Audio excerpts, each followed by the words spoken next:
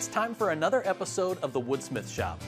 Our projects on today's show are building a small home office setup. First up is this desk. It's just the right size to spread out whether you're going to pay bills, work from home, or even have your kids do a little work.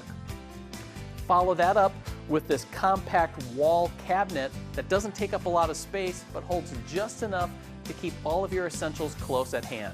It's a great way to use your tools skillfully. Let's start building.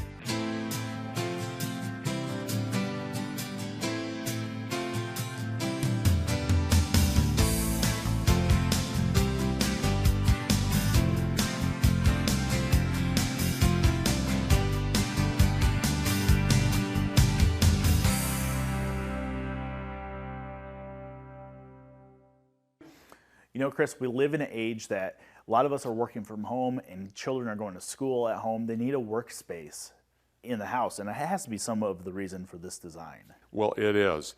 You know, with all of us working at home and the kids at home, I felt it was time that we did a simple, durable desk that could go about anywhere in any home and help out with that. You know, and the construction on this guy is pretty simple. We have legs, some battens, and a stretcher, and then a top. And it really doesn't take a whole lot of tools to build. No, it is very simple. Now, one thing I did add was durable laminate. It'll take crayons and magic markers and pens and easy to clean. For a little bit of extra storage, you've designed this wall cabinet as well. Yeah, I thought it'd be a nice compliment and a good place to hide things to keep the clutter off the top. It's a great grouping. I think you'll really enjoy it, and you'll find it at woodsmithshop.com. Construction of the home office desk begins with the construction of the base.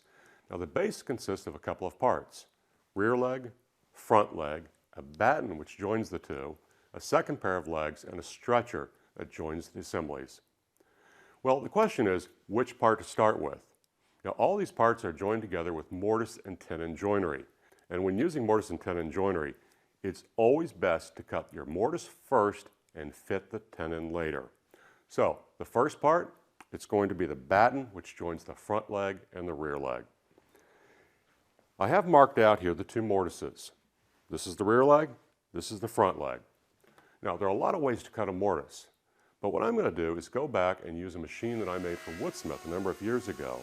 And with this machine, I'm going to use a 4-flute roughing bit and take a 1/2 inch pass on one side of the mortise. I'll flip my workpiece around, finish the cut up, and finally, I'll be back at the bench and clean up the corners with a chisel.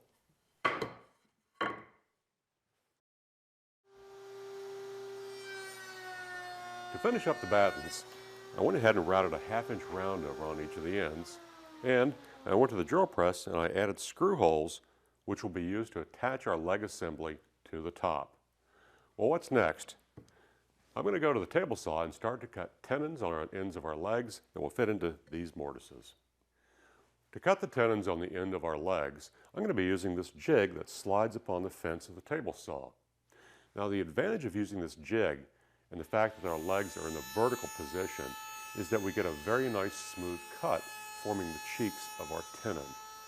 Now, once I make my first pass, I'm going to take my leg off the jig and I want to test the fit in the mortises that we previously cut on the battens. And I want to be careful and sneak up on a perfect fit.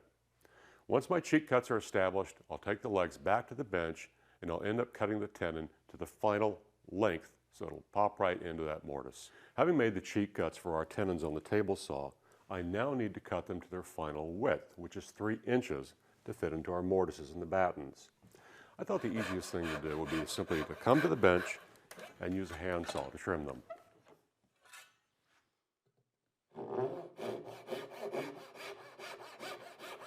Once I've cut my tenons to width, the next steps to complete the legs are going to be to cut the long taper, which establishes the shape of each leg, and to go to the router table and ease the edges with a 1/4 inch round over.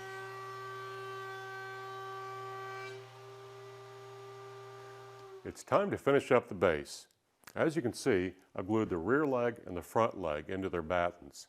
I've also added a mortise in the rear legs to accommodate this stretcher. So what's left is for me to glue up the stretcher.